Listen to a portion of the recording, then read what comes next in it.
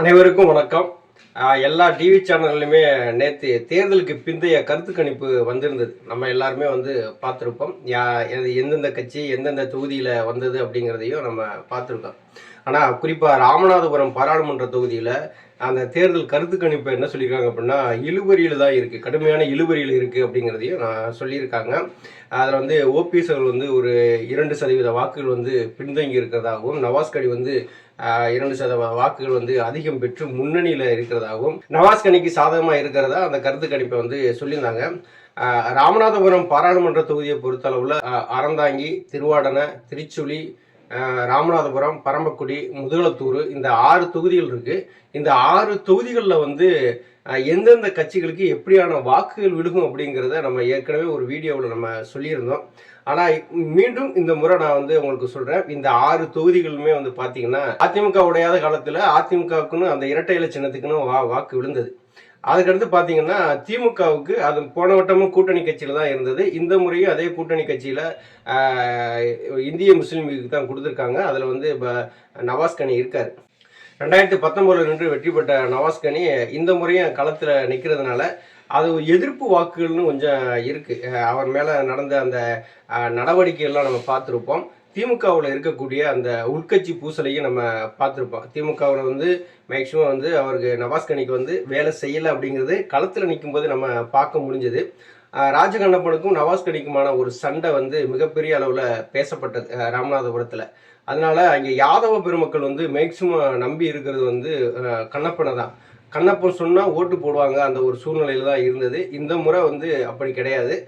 யாருக்கு வேணாலும் ஓட்டு போடுங்க அப்படிங்கிற நிலைமைக்கு வேலை செய்யாமல் கொஞ்சம் நகர்ந்து இருந்துட்டார். அன்வர் ராஜா, மணிகண்டன் இவங்கெல்லாம் இரட்டை இலை சின்னம் இருந்துமே ஓபிஎஸ் களத்தில் நிற்கிறதுனால அவருக்கான வாய்ப்பு அதிகமாக இருக்கும்போது நம்ம இடையில இருந்து குறுக்கிட்டு ஒரு வெற்றியை தடுக்க வேணாம் அப்படின்னு சொல்லி இரட்டை இலை சின்னத்துக்கு வாக்கு சேகரிக்கிறதையே மேக்சிமம் தவிர்த்துட்டாங்க. களத்தில் இறங்கி வேலையும் செய்யலை. ஜெயபெருமான் இரட்டை இலை சின்னத்தில் போட்டியிட்டாலுமே ஜெயபெருமானால் களத்தில் தாக்கு பிடிக்க முடியலை அப்படிங்கிறத நம்ம சொல்லலாம். அங்கே யாருமே பிரச்சாரம் ஒரு ஃபஸ்ட்டு ஒரு வாரம் பிரச்சாரம் பண்ணியிருப்பாங்க.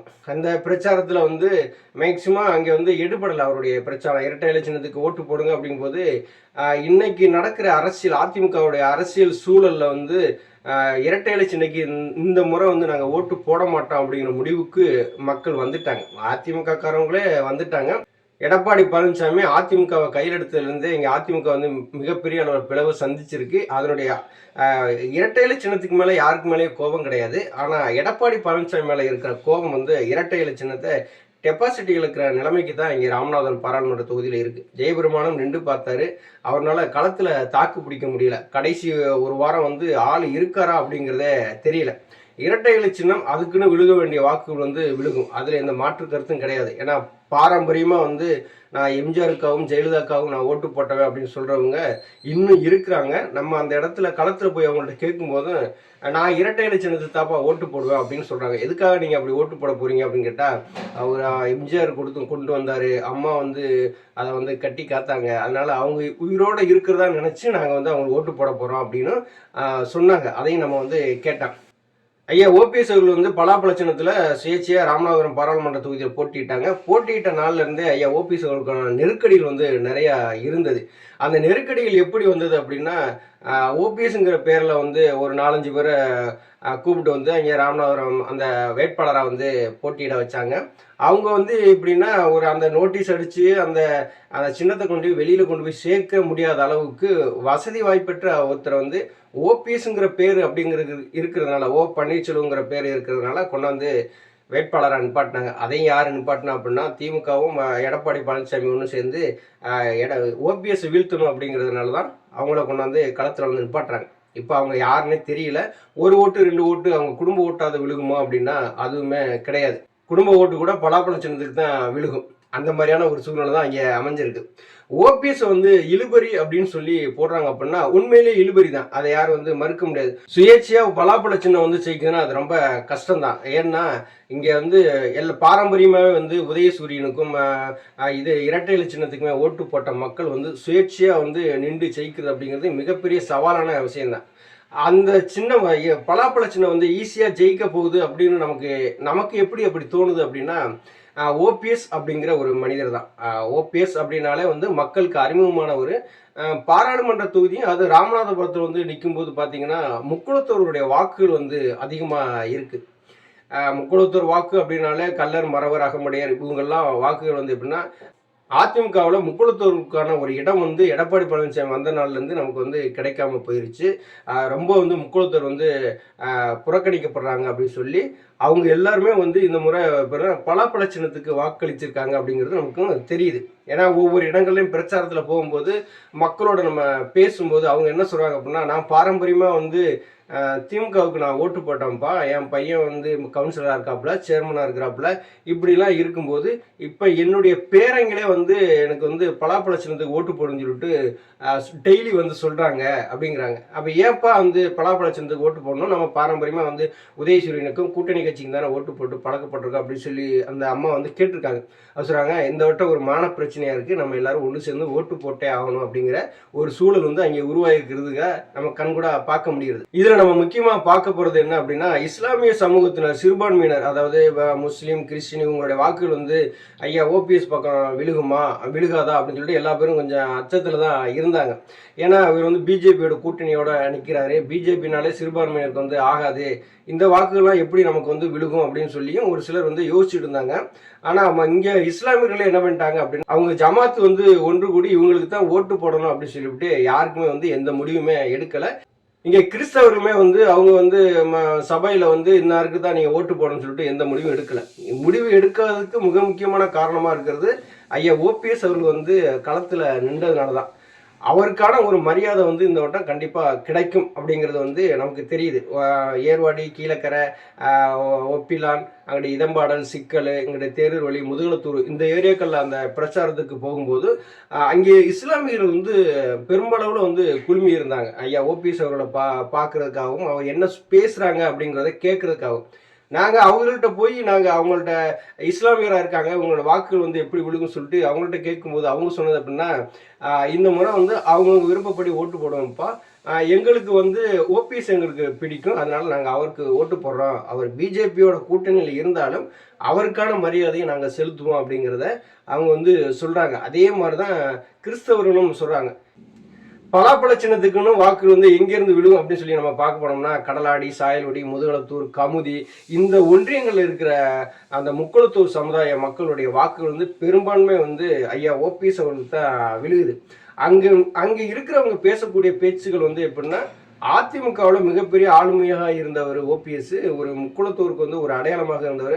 அவரை புறக்கணிச்சுட்டு ஒரு அதிமுக அரசியல் நடத்த வந்து எடப்பாடி பழனிசாமி நினைக்கிறாரு. அதனால இந்த முறை வந்து எங்களுடைய வாக்கு வந்து பலாப்பழ சின்னத்துக்கு தான் அப்படிங்கிறதையும் அவங்க உறுதிப்படுத்துறாங்க. எல்லா இடங்களையும் முக்குளத்தூர் வாக்குகள் வந்து பெரும்பான்மை வாக்குகள், அதாவது 100க்கு ஒரு 80% வாக்குகள் வந்து பலாப்பழ சின்னத்துக்கு தான் இந்த முறை வந்து விழுந்திருக்கு. ஜாதி ரீதியான வாக்குன்னு சொல்லி நம்ம பார்த்தோம்னா, ஆதி திராவிடர் இருக்காங்க. ஆதி திராவிடர்னு சொல்லி பார்த்தோம்னா அவங்க வந்து தமிழக மக்கள் முன்னேற்ற கழகம்னு சொல்லிவிட்டு இப்போ ஜான் பாண்டியன் அவர் வந்து தென்காசியில் வந்து போட்டிடுறாங்க. அவங்க வந்து இங்கே பிரச்சாரம் பண்ணுறாங்க. திருவாடனை, அரசமங்கலம் இந்த ஏரியாக்களில் பிரச்சாரம் பண்ணும்போது அங்கே இருக்கிற அவங்க சார்ந்த அந்த மக்கள், ஆதி திராவிட மக்கள் வந்து ஓபிஎஸ் வந்து மிக பெரிய அளவில் வந்து எதிர்பார்க்குறாங்க. நீங்கள் சொன்னால் நாங்கள் ஓட்டு போடுவோம் அப்படிங்கிற சூழ்நிலையில் தான் அங்கேயும் இருந்தது. முதுகுளத்தூர் தொகுதியில் பெரும்பான்மையாக ஆதி திராவிடர் இருக்காங்க, பரமக்குடியிலையும் இருக்கிறாங்க. அவங்களுடைய எண்ண ஓட்டம்லாம் முந்திலாம் எப்படி இருந்தது அப்படின்னா, கண்ணை மூடிக்கிட்டு திமுகவை ஆதரிக்கிறவங்க இந்த முறை வந்து ஐயா ஓபிஎஸ் அவர்கள் வந்து ஆதரிக்க ஆரம்பிச்சிட்டாங்க. அதாவது முழுமையாக போய் திமுகவுக்கு ஓட்டு விழுகாட்டாலும் ஐயா ஓபிஎஸ் அவர்களுக்கு விழுகக்கூடிய வாய்ப்புகள் தான் இங்கே நிறையா இருந்தது.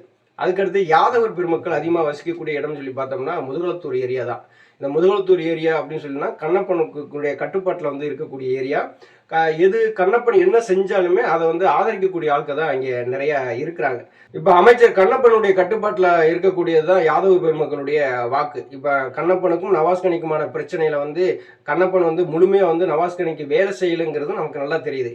செல்வநாயபுரம், உடகுளம் இந்த ஏரியாவில் பிரச்சாரத்துக்கு போகும்போது அங்கே இருக்கிற யாதவ பெருமக்களுமே வந்து மிகப்பெரிய அளவில் ஆதரவு கொடுத்தாங்க. அங்கே எப்போதும் வந்து அது கண்ணப்படி என்ன சொல்கிறாரோ அதை கேட்கக்கூடிய மக்கள் இன்னைக்கு வந்து ஐயா ஓபிஎஸ் அவர்களை ஆதரிச்சாங்க. அங்கே யாதவ பெருமக்களுடைய பெரும்பான்மை வாக்குகள் வந்து ஐயா ஓபிஎஸ் அவர்களுக்கு தான் விழுந்திருக்கு. அதை எடுத்து பார்த்தீங்கன்னா பரமக்குடி ஏரியா, இந்த ஏரியாக்களில் வந்துட்டோம்னா அதிகமாக வந்து பிள்ளைமார், செட்டியார், சௌராஷ்டிரா இவங்கெல்லாம் வந்து அதிக அளவில் இருக்கிறாங்க. அந்த ராமநாதபுரம் தொகுதியை பொறுத்தளவுல பார்த்தீங்கன்னா பிஜேபிக்குன்னு ஒரு கட்டமைப்பு இருக்கு. அதை யாருமே வந்து மறுக்க முடியாது. அந்த கட்டமைப்புல வந்து இப்போ சௌராஷ்டிரா இருக்காங்க, செட்டியார் இருக்காங்க, பிளமர் இருக்காங்க அப்படின்னா பரமக்குடியில் மட்டுமே கிட்டத்தட்ட ஒரு 2 லட்சத்துக்கு மேல வாக்குகள் வந்து இருக்கு. இந்த வாக்குகள்லாம் வந்து பெரும்பான்மை யாருக்கு போய் விழுந்திருக்கும் அப்படின்னா இரட்டை இலை சின்னத்துக்கு போய் விழுந்திருக்கும். இப்போ அந்த இரட்டை இலை சின்னத்தினுடைய வாக்குகள் எல்லாமே வந்து ஐயா ஓபிஎஸ் அவர்கள் பக்கம் வருது. இரட்டை இலை சின்னத்துக்கு விழுகக்கூடிய வாக்குகளை மினிமம் ஒரு 80% ஐயா ஓபிஎஸ் அவர்களுக்கு விழுந்ததுனால அங்கேயும் பரமக்குடிலையும் கிட்டத்தட்ட ஒரு மிகப்பெரிய அளவுல லீடிங்ல இருக்கிறது ஐயா ஓபிஎஸ் அவர்கள் தான். அது நமக்கு வந்து பிரச்சாரத்தின் போதும் கண்கூடா தெரிஞ்சது. கடைசி நேரங்கள்லையும் நமக்கு அவங்க மக்கள்கிட்ட போய் பேசும்போதும் அது வந்து அவங்களோட வெளிப்பாடாகவும் வெளியில வந்தது. ரெண்டாவது ஜேபி நட்டா வந்து பரமக்குடியில் வந்து ரோட் ஷோ நடத்தினது அது ஒரு பலமாக இருந்தது. ராமநாதபுரத்தில் வந்து பிஜேபியினுடைய தலைவர் அண்ணாமலை வந்து பிரச்சாரம் பண்ணது. அமமுகவினுடைய பொதுச் செயலர் டிடிவி தினகரன் வந்து முதுகலத்தூர்லையும் பரமக்குடியிலையும் பிரச்சாரம் பண்ணது. தமிழக மக்கள் முன்னேற்ற கழகத்தினுடைய தலைவர் ஜான் பாண்டியன் வந்து ராமநாதபுரம் ஆர்எஸ் மங்கலம் வந்து ஏரியாவில் பிரச்சாரம் பண்ணது எல்லாமே ஐயா ஓபிஎஸ் அவருக்கு வந்து மிகப்பெரிய அளவில் வலு சேர்த்தது அப்படின்னு தான் சொல்லலாம். நம்ம குறிப்பாக பார்க்கக்கூடியது கடலோரங்களில் வந்து மீனவர்கள் அதிகமாக வசிக்கக்கூடிய இடம். அந்த மீனவர்கள் சமூகத்தினுடைய அந்த பாதுகாப்பை உறுதி செய்யறதுக்காக ஐயா ஓபிஎஸ் அவர்கள் வந்து நாமினேஷன் தாக்கல் பண்ணவுடனே அங்கே மக்கள்கிட்ட போய் உரையாடுறாங்க. அவங்களுடைய கோரிக்கையெல்லாம் கேட்டு அடுத்த நிமிடமே வந்து வெளியுறவுத்துறை அமைச்சர், இணையமைச்சராக இருக்க எல் முருகன் இவங்கெல்லாம் கான்டாக்ட் பண்ணி இந்த மாதிரி மீனவர்களுடைய விடுதலைக்கு வந்து நீங்கள் ஏதாவது உதவி பண்ணணும், மக்கள் வந்து ரொம்ப கஷ்டப்படுறாங்க சொல்கிறாங்க. அது ஒரு குறிப்பிட்ட ஆட்களை வந்து அங்கேருந்து விடுதலையும் பண்ணுறாங்க. இந்த முறை பார்த்தீங்கன்னா மீனவ சமுதாய மக்கள் வந்து மேக்சிமம் வந்து பலாப்பழ சின்னத்துக்கு ஓட்டு போட்டிருக்காங்க. அதுவும் நமக்கு நல்லா தெரியுது. இங்கே இழுபறிங்கிறது எதுவுமே கிடையாது. இந்த இழுபறியை எதை வச்சு சொல்றாங்க அப்படின்னா நவாஸ்கனி வந்து முழுக்க ஒரு ஓட்டுக்கு வந்து 500 ரூபா கொடுத்துருக்காரு. அது மட்டும் நமக்கு நல்லா தெரியுது. இந்த காசு கொடுத்ததுனால ஓட்டு விழுமா அப்படின்னு சொல்லி நம்ம யோசிச்சு பார்த்தோம்னா காசு கொடுத்ததுனால நவாஸ்கனிக்கு இந்த முறை ஓட்டு போட மாட்டாங்க. இங்க இஸ்லாமியர்களே வந்து நவாஸ்கனிக்கு இந்த முறை வந்து ஓட்டு போட மாட்டாங்க. ஏன்னா அவர் மீது நடந்த அந்த நடவடிக்கை இருக்கு இல்லையா, அந்த எஸ்டி குரியர் மேல நடந்த நடவடிக்கையில வந்து இவரும் இப்படி இருக்கிறாரே அப்படிங்கிறதுல தான் இஸ்லாமியர்கள் வந்து இருக்கிறாங்க. காசு இங்க ஒரு மேட்டரே கிடையாது. ராமநாதபுரம் தொகுதியில வந்து ஒரு தன்மான பிரச்சனையா நடந்துகிட்டு இருக்கு. இந்த தன்மான பிரச்சனை எதனால வந்தது அப்படின்னா அதிமுகவிலிருந்து தொடர்ந்து ஓபிஎஸ் வந்து ஓரங்கட்டப்பட்டே வருகிறார். ஒரு முக்குளத்தூருக்கான அந்த வாய்ப்பு அங்கே இருக்கிறது இல்ல. எடப்பாடி பழனிசாமி தலைமையேற்ற நாள்ல இருந்து அதிமுக மிகப்பெரிய அளவில் தோல்வியை தான் சந்திச்சிருக்கு. இந்த முறை சுயேட்சையா பலாப்பழ சின்னத்தை ஐயா ஓபிஎஸ் அவர்களை வெற்றி பெற செய்யணும் அப்படிங்கிற அந்த நம்பிக்கையில தான் அங்கே இருக்கிற மக்கள் இருக்கிறாங்க. ஜெயபெருமாள் இரட்டை இலை சின்னத்துல போட்டியிட்டாலுமே அவர் வந்து ஒரு குறைவான வாக்குகளை டெபாசிட் வாங்குவாரா அப்படிங்கிறது தான் மிகப்பெரிய கேள்விக்குறியா இருக்கு. இங்க இழுபறி என்பது கிடையாது. நாங்கள் வந்து பிரச்சாரத்தில் போன இடங்கள்ல நாங்கள் கேள்விப்பட்ட இடங்கள், நாங்கள் வந்து விசாரித்த இடங்கள், மக்களோடு கலந்துரையாடின அந்த நிகழ்வை தான் உங்களோட பகிர்ந்திருக்கேன். ஐயா ஓபிஎஸ் அவர்கள் வந்து 100% ராமநாதபுரம் தொகுதியில் வெற்றி பெறுவாங்க. இழுபறிக்கான வாய்ப்பே கிடையாது. நன்றி, வணக்கம்.